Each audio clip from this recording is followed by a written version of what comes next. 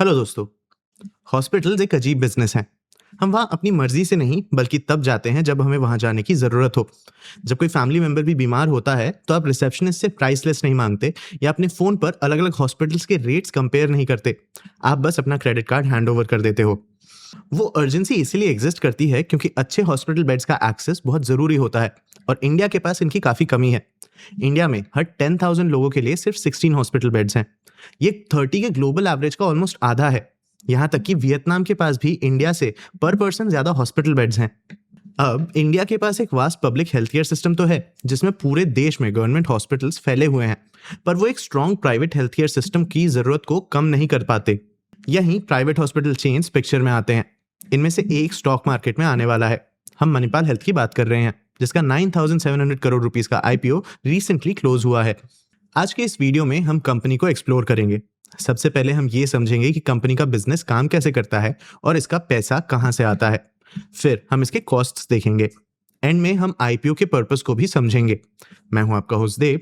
आप देख रहे हैं मार्केट्स बाय ज़ेरोधा हिंदी। चलिए शुरू करते हैं। सबसे पहले हॉस्पिटल के बिजनेस और इसके पैसे के सोर्स के बारे में समझते हैं। एक हॉस्पिटल के बिजनेस को ब्रॉडली दो पार्ट्स में बांटा जा सकता है, आउट पेशेंट डिपार्टमेंट या ओपीडी और इन पेशेंट डिपार्टमेंट या आईपीडी। दोनों ही पेशेंट्स को ट्रीट करते हैं लेकिन दोनों काफी अलग बिजनेसेस की तरह ऑपरेट करते हैं। ओपीडी वो जगह है जहां patients routine consultations, blood tests, x-rays या दूसरे माइनर प्रोसीजर्स के लिए आते हैं और सेम डे ही घर चले जाते हैं। नेचुरली इस डिपार्टमेंट में बहुत ज्यादा फुटफॉल दिखता है, पर इतने हाई वॉल्यूम के बावजूद ये ज्यादा प्रॉफिटेबल नहीं होता।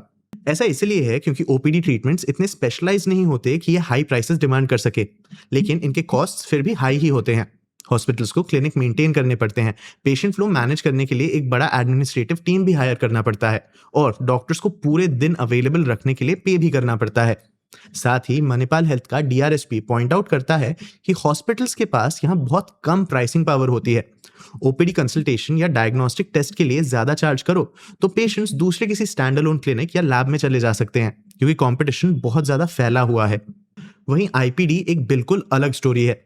ये वो जगह है जहां पेशेंट्स को सर्जरीज, इंटेंसिव केयर या लंबे ट्रीटमेंट्स के लिए ओवरनाइट एडमिट किया जाता है। ये वो जगह भी है जहां हॉस्पिटल्स अपना ज्यादातर पैसा बनाते हैं। हॉस्पिटल रेवेन्यू का लगभग 70% आईपीडी सर्विसेज से ही आता है और ये सेगमेंट ओपीडी से काफी ज्यादा फास्ट ग्रो कर रहा है। इसका रीजन सिंपल है। एक बार पेशेंट एडमिट हो गया तो ट्रीटमेंट का हर पार्ट बिलेबल हो जाता है।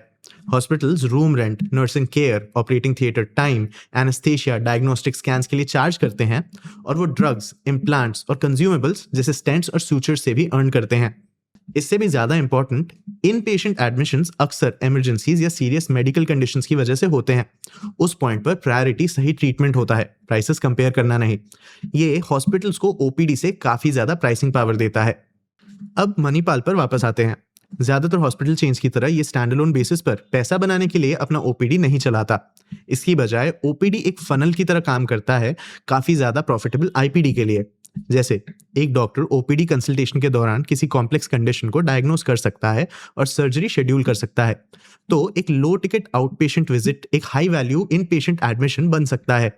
पेशेंट के आईपीडी में एंटर करने के बाद मणिपाल दो की तरीकों से अपनी इकोनॉमिक्स को और ऑप्टिमाइज करता है। पहला, ये महंगे हॉस्पिटल बेड्स को ऐसे पेशेंट से भरने से बचाता है जिन्हें सिर्फ बेसिक मॉनिटरिंग की जरूरत होती है। इसके बजाय ये 6 हाई वैल्यू स्पेशलिटीज पर फोकस करता है: cardiac sciences, oncology, neurosciences, gastroenterology, orthopaedics और रीनल केयर, यानी कॉन्गो आर्मिक्स। ये 6 स्पेशलिटीज मणिपाल के इन पेशेंट रेवेन्यू का रफली 60% है। ये ज्यादा कॉम्प्लेक्स प्रोसीजर्स में भी इन्वॉल्व होती हैं जो हायर मार्जिन रखते हैं। साथ ही ये शेयर पिछले 2 सालों में स्टेडीली बढ़ भी रहा है। दूसरा, एक हॉस्पिटल बेड मेंटेन करने का कॉस्ट लगभग सेम ही रहता है, चाहे कोई उसे यूज करे या नहीं। लाइट्स ऑन ही रहती हैं, रूम को क्लीन करने की जरूरत होती है और स्टाफ को भी पे करना ही पड़ता है।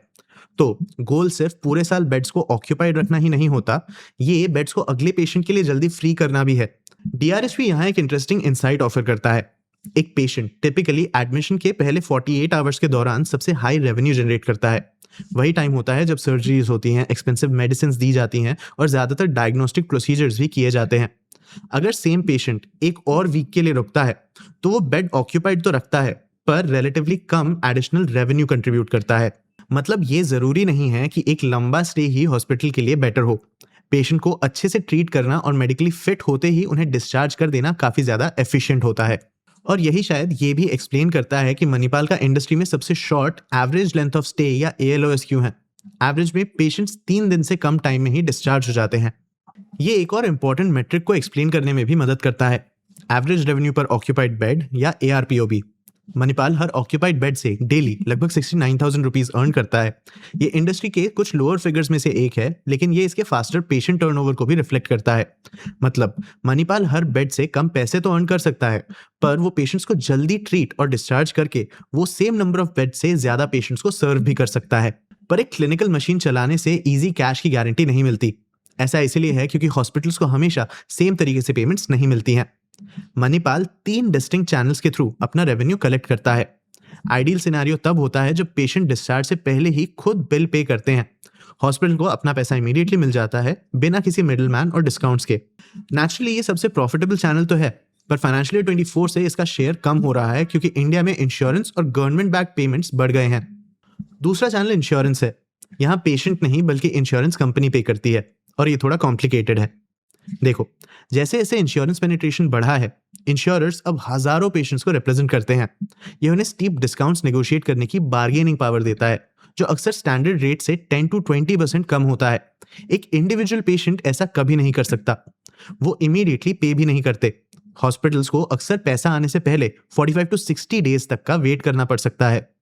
एक और प्रॉब्लम भी है, कभी कभी पैसा आता ही नहीं है। अगर कोई इंश्योरेंस सर्जरी होने के बाद क्लेम रिजेक्ट कर देता है तो हॉस्पिटल को लॉस अब्सॉर्ब करना पड़ता है। मणिपाल ने फाइनेंशियल ईयर 25 में रफली 119 करोड़ रुपीस के बड़े राइट ऑफ के बाद फाइनेंशियल ईयर 26 में भी लगभग 78 करोड़ रुपीस के बैड डेट्स को राइट ऑफ किया है। तीसरा चैनल आयुष्मान भारत जैसे गवर्नमेंट स्कीम्स हैं। यहाँ हॉस्पिटल्स एलिजिबल पेशेंट्स को ट्रीट करते हैं और बाद में गवर्नमेंट से रीइंबर्स किए जाते हैं। ये हॉस्पिटल कैपेसिटी को ऑक्यूपाइड रखने में मदद करता है, पर इसके अपने चैलेंजेस हैं। सबसे बड़ा इशू प्राइसिंग है। एक private patient heart bypass surgery के लिए 3 लाख रुपीस के आसपास पे कर सकता है। गवर्नमेंट स्कीम के अंडर सेम प्रोसीजर के लिए रीइंबर्समेंट लगभग 90,000 रुपीस पर लिमिट हो सकता है। उन रेट्स पर हॉस्पिटल सर्जरी, मेडिसिन और कंज्यूमेबल्स का कॉस्ट मुश्किल से रिकवर कर पाता है। उसके ऊपर रीइंबर्समेंट्स अक्सर डिले होते हैं।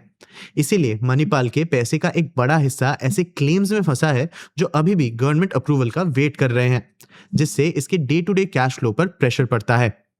तो इन सब के बाद एक हॉस्पिटल चलाना एक कांस्टेंट बैलेंसिंग एक्ट है। कैश पे करने वाले पेशेंट सबसे ज्यादा अट्रैक्टिव होते हैं क्योंकि वो फुल अमाउंट तुरंत पे करते हैं, पर वो एडमिशंस का एक बड़ा हिस्सा नहीं है। बेड्स को ऑक्यूपाइड रखने के लिए हॉस्पिटल्स को इंश्योरेंस और गवर्नमेंट पेशेंट्स की भी जरूरत होती है। इसके लिए lower prices, longer payment cycles और डिलेड या डिस्प्यूटेड पेमेंट्स का ज्यादा रिस्क है। उस मिक्स को अच्छे से मैनेज करना बिजनेस का एक जरूरी हिस्सा है। तो अगर मणिपाल ने इतना एफिशिएंट ऑपरेटिंग मशीन बिल्ड किया है तो आप एक्सपेक्ट करेंगे कि ये हाईली प्रॉफिटेबल भी होगा। पर एक बार पेशेंट जाने के बाद एक अलग प्रॉब्लम शुरू होती है, कॉस्ट को कंट्रोल में रखते हुए पेमेंट्स वापस पाना। कंपनी की एक कांस्टेंट स्क्वीज में फंसी रहती है। एक तरफ स्टार डॉक्टर्स हैं जो इकोनॉमिक्स का एक बड़ा शेयर मांगते हैं, दूसरी तरफ इंश्योरेंस कंपनीज हैं जो ज्यादा डिस्काउंट्स मांगते हैं। इसके कारण हॉस्पिटल मार्जिन्स हमेशा टाइट रहते हैं। सबसे बड़ा कॉस्ट डॉक्टर्स हैं। इंडिया में पेशेंट लॉयल्टी सर्जन के लिए होती है, हॉस्पिटल ब्रांड के लिए नहीं। अगर कोई स्टार डॉक्टर हॉस्पिटल छोड़ता है तो कई पेशेंट्स उनके साथ चले जाते हैं। ये लीडिंग डॉक्टर्स को बहुत ज्यादा बार्गेनिंग पावर देता है।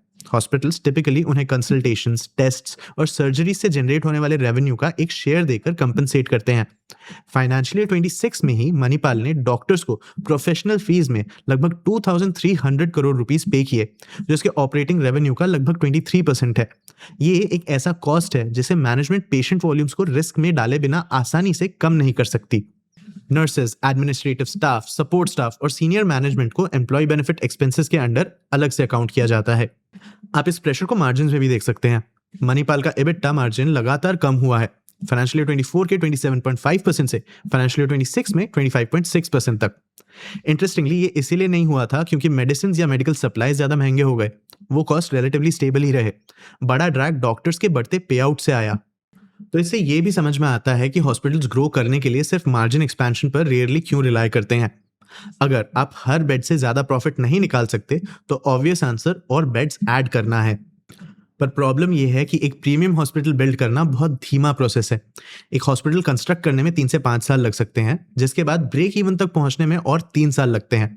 किसी एग्जिस्टिंग हॉस्पिटल को अक्वायर करना इससे काफ़ी तेज होता है, और ये एग्जैक्ट रूट ही मणिपाल ने चूज किया। फाइनेंशियल 21 और 26 के बीच कंपनी एक अग्रेसिव एक्विजिशन स्प्री पर चली गई। उन 5 सालों में इसने टोटल 6079 बेड्स ऐड किए, और इनमें से 5548 न्यू कंस्ट्रक्शन के बजाय एक्विजिशन के थ्रू आए। एस्टर के साथ मणिपाल इंडस्ट्री के सबसे अग्रेसिव कंसोलिडेटर्स में से एक रहा है। ऑफ कोर्स एक्विजिशन तभी वैल्यू क्रिएट करते हैं अगर आप सही प्राइस पर सही एसेट्स खरीदें और उन्हें अच्छे से इंटीग्रेट करें। मणिपाल ने इनमें से कई हॉस्पिटल्स के लिए प्रीमियम वैल्यूएशंस पे किए हैं। इसने इसके बैलेंस शीट पर एक बड़ा अमाउंट ऑफ गुडविल छोड़ दिया है, मतलब एक अकाउंटिंग एसेट जो अक्वायर्ड बिल्डिंग्स, इक्विपमेंट्स और दूसरे टैंजिबल एसेट्स की वैल्यू से ऊपर पे किए गए प्रीमियम को रिप्रेजेंट करता है। फिलहाल मणिपाल के बैलेंस शीट पर लगभग 8100 करोड़ रुपीस का गुडविल है, जो 2 साल पहले के मुकाबले लगभग 3 गुना है। वैसे गुडविल खराब नहीं है, ये बस दिखाता है कि एक बायर के हिसाब से अक्वायर्ड बिजनेस फ्यूचर में कितना वर्थ होगा। पर अगर वो एक्सपेक्टेशंस मटेरियलाइज नहीं होते तो कंपनी को उस गुडविल को राइट डाउन करना पड़ता है और लॉस भी रिकॉग्नाइज करना पड़ता है। ये एग्जैक्ट चीज ही फाइनेंशियल 24 में हुई।